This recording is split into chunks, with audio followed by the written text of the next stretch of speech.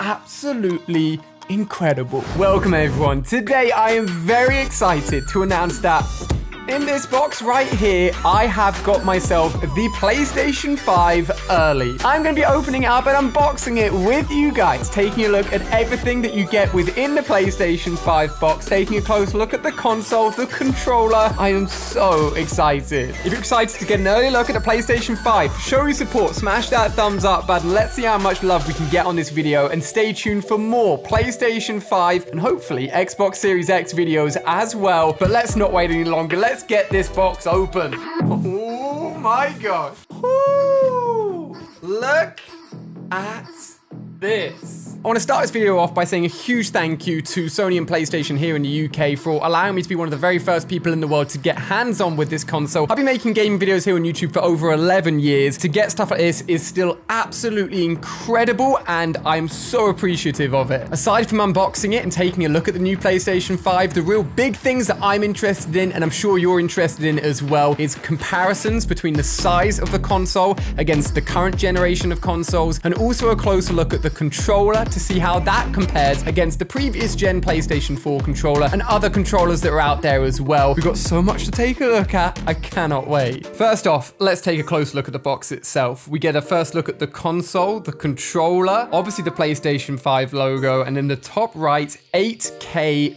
gaming. That's 8K resolution, the ability to have 4K resolution with 120 FPS alongside that, and HDR, really making a big statement as to the graphical power of this console for the next generation. On the back here, PlayStation are making it very obvious that yes, the PlayStation 5 can also be laid horizontally, be laid flat as well, which is something we'll be doing in this video. Of course, a look at the controller, fast speed, breathtaking immersion, and stunning games. In the top right hand corner, 825 gigabytes of space on the console itself. If anyone's noticed the rip on the front of the box, I don't know why that's there. I think it may have just been slightly damaged when it was packaged up. Hopefully the PlayStation's still inside it. Let's see.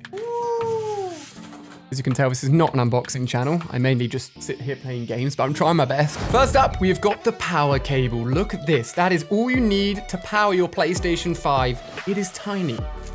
This, I'm so excited for, is the controller. We'll take a look at it in a second. We've got a few manuals, which normally, can't lie, wouldn't read. But the quick start guide actually does look quite useful. And the last thing I want to do is be breaking my new PlayStation. Darcy, what are you doing? You're not part of this unboxing. Also included within the box, HDMI cable, very important for reaching all of the high resolutions and refresh rates with the latest HDMI technology. USB-C cable, which would be the connection type to link your console to the controller. The stand. This will allow us to go horizontal or vertical. This is it. If you haven't hit like already, smash that like button. Oh my gosh. It's a big boy. Ladies and gentlemen, the PlayStation 5.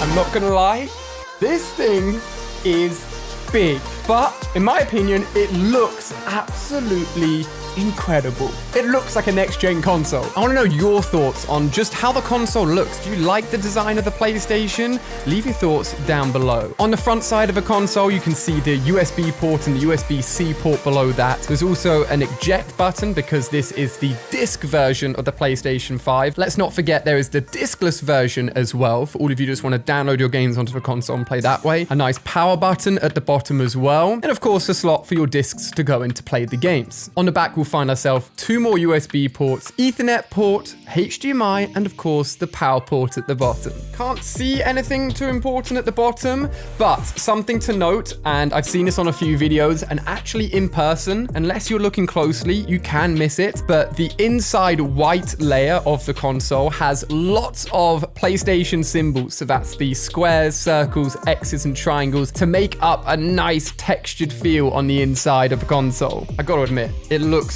so cool. I'm gonna put it to the side for a moment before we compare it with all the other consoles for sizes and take a closer look now at the controller. I'm very excited for this. I haven't got hands on with the PS5 controller yet, and as a controller gamer myself, this is so important as to what it feels like and what it looks like for the next generation of PlayStation gamers. Here we go. Oh my gosh. It feels good. It's light. It's really light.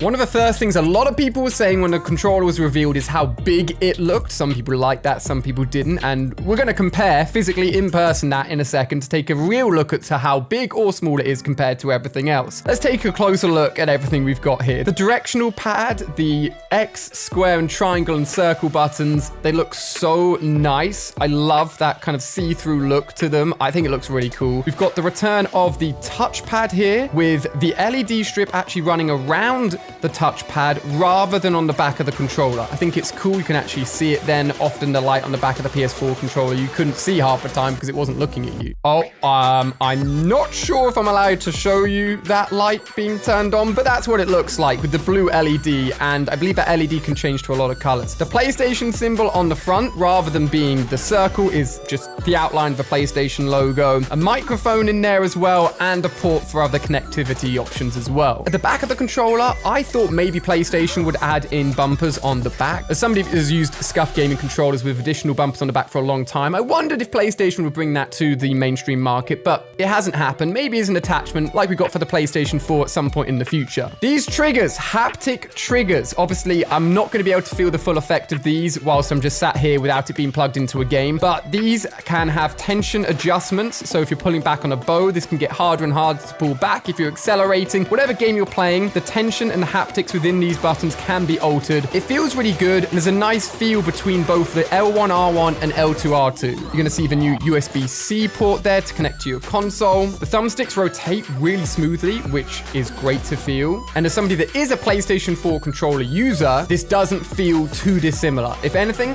a little bit comfier. Getting my finger over to those buttons is not as easy. Touching the touchpad, that's fine.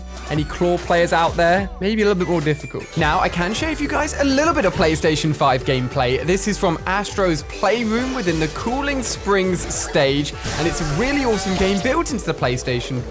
And it's a really cool game that comes with a PlayStation 5 that allows you to explore and really get used to all the features the DualSense PlayStation 5 controller can offer. I'm playing it a lot more over the next few days, so look out for more videos, but this is a little bit of a preview as to how it looks. So, time for the big comparison, the console versus the old consoles and the controller versus the older controllers. I've gone ahead and got the PlayStation 5 and grabbed as many consoles as I could as quickly as possible, including the PlayStation 4 Pro and many of the Xboxes. As you can see, the PlayStation 5 is considerably bigger in all factors compared to the PlayStation 4 Pro. We've also got the Xbox One X, the bigger and older counterpart Xbox One, and then just for the sake of comparison, the Xbox 360 and even a Nintendo Switch Lite. It's safe to say this thing is big and it is wide and it is larger than the other consoles, but with the amount of stuff that's packed inside it, I know PlayStation strips away the console to show everything that's inside of it, and I mean, it's packing a lot of tech. That's why it is a next-gen console. Let me know what you guys think, though. Is it too big or not? I do a lot of gaming on monitors, but also larger gaming TVs as well. So for comparison's sake, I went ahead and put the PlayStation 5 next to my 65-inch LG TV just to see how it looks in a living room situation on a standard TV, and it still looks pretty big, can't lie, still looks pretty big. But of course, let's not forget that the PlayStation 5 has the ability to be vertical or horizontal, and having set it up for a little bit, I actually feel more safe with it being flat, with it being horizontal. I just feel like it's not going to fall over and break or anything, and I'm sure a lot of people will have different preferences to how they want their PlayStation 5 to sit, but yeah, it's definitely big. As for the controller, I'm sure people have preferences as to which controllers they prefer. I personally play with a PlayStation 4 controller, and I knew a lot of people have said the PlayStation 5 controller looks a lot bigger. Now, something that I want to make really clear is that if you go ahead and actually put the PlayStation 4 and the PlayStation 5 controller together, the buttons are still in the same place. What's changed is like the outer edges of the controller itself. So it's a little bit bigger under the thumbsticks, which doesn't really mean anything. It's a little bit wider at the sides, a little bit longer at the bottom, and as a result, it feels like a slightly bigger controller, but all of the buttons if you use the PlayStation 4 will feel exactly the same. It's more similar in size to the Xbox controller, and I just put a Nintendo Switch Pro controller in there for comparison as well. But the good news is if you like the PS4 controller, you'll like this controller,